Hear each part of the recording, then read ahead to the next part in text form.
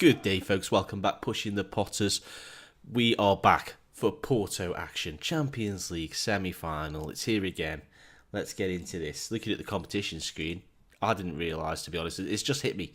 We're having quite a good season, aren't we? Let's be fair. We've won two of the five possible trophies.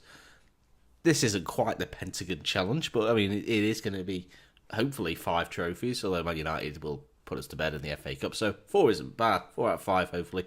Maybe we can get our name on that Champions League trophy. Unless, of course, we place Manchester United in that final.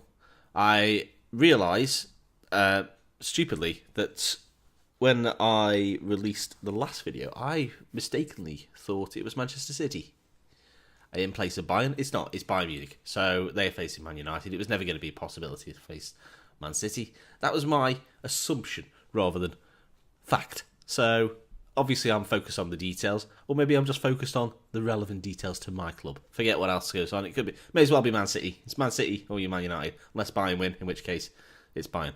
Anyway, where have we been since? Good, to be honest. FA Cup semi-final win, 6-0 over Burnley. That's what you like to see. Straight into the final against Man United, admittedly. Then a 2-0 home win over Newcastle. Easy days, no problem. And then a 2-1 away defeat to Brighton. I know what you're thinking, Brighton are crap. And you're right. They are crap. They're fighting relegation. Probably will stay up now because of us. Maybe we'll just give them a bit of a charity case. Still, there you go. Troyini, 26 goals. Who knew? Anyway, we're here today to face Porto in that first leg of the semi-final. So if you just bear with me 1 second, I'll meet you pitch side for the game today. Right, so it's our pretty standard lineup, really. Obviously, Big John has returned to the side, so he takes Shawcross's place. But otherwise, it's as we've been playing for the last season as best we can, really. Tellez and Danilo are the fullbacks. Porto's side, I don't know any of them. Bruno Fernandes, I've heard of. I think Enzo Rocco. Is that Steven and Zonzi playing centre half? You've got to be joking. It is Steve, Mike, Christopher and Zonzi. I mean, what that middle name is doing there, I do not know. Nkumbonwanza. A Bonanza.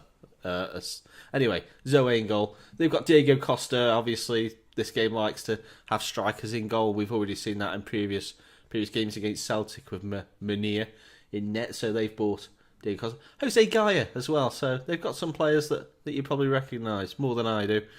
Bruma. In fact, I know most of the team. Let's kick off. And we get the ball rolling then. We need a Tottenham-style first-leg victory, I feel, because I think they're going to be quite strong at home. Portuguese sides usually are, aren't they? They're a little bit tougher nut to crack in their own place than they are on their travels.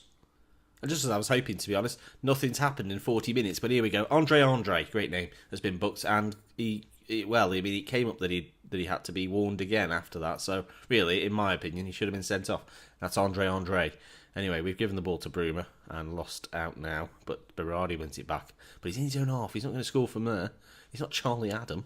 And Rondonina now. Here's Alex Tellez. He's got support left side for Vlasic. He can cross the ball now. He can fit. Berardi is going to score from there, though. Slots it under the goalkeeper, Zoe, and makes it 1-0. I want more than 1-0. If I'm honest, I think we need a bigger than 1 goal cushion. See there, Vlasic, he was just waiting for the ball, and then it came. Berardi, he had all the goal to aim at, and it was actually a better finish than I thought. I thought he'd driven it straight back at the goalkeeper, and was fortunate that he dived over it. That wasn't the case. It was a good finish. Well done, Dommy. That is the half then. So 1-0. I mean, you take it, don't you? Obviously you take 1-0, but we need to kick on and do better. We're going to tell them not to get complacent. So let's get into that second half, and hopefully we can put the game to bed before the second leg even kicks off. Throw in far side, just 49 minutes. It'd be nice to take it's a decent save, but it should have gone across goal rather than near post, I think. Still, 1-0, 50 minutes played, looking better. Lamar's corner is going to come to nothing, is it? Berardi spins. It needed the save from Zoe, I think. We'll make a change then. Rondonina, I think, will come off for Sassy Bar. Let's get the Sassy Bar on. And chance straight away. 65 minutes play. Cleared free kick from Lamar. Comes back to Mbilu, puts it forward looking for Big John. It's Tellez. Lots of space this side for Berardi, but he's closed down. Tellez now. Finds Vlasic, he finds Lamar, gives it a nudge to Milik, and that does put a little bit of air of comfort about the tie, although 2-0 is never going to be a secure lead, but looking far more likely now. Thomas Lamar gives it to Milik, 1 foot on his left to set, another hit with his left foot. Sort of beats the keeper for pure power rather than anything else. Went over him. Made the keeper look very tiny. Anyway, we'll make another change. We'll get Borthwick Jackson on at left back, and we'll take Vlasic off for Sisto. As the time he takes down, 83 minutes play. I think we can't please, but Lamar's got a corner. He's headed it on as Little John as well. Little John lost it in the air. Imbula picks it up. He's such a good general, just sitting there controlling the play. Lamar now. I mean, he makes things happen. Ballon d'Or winner. Borthwick Jackson, of all people.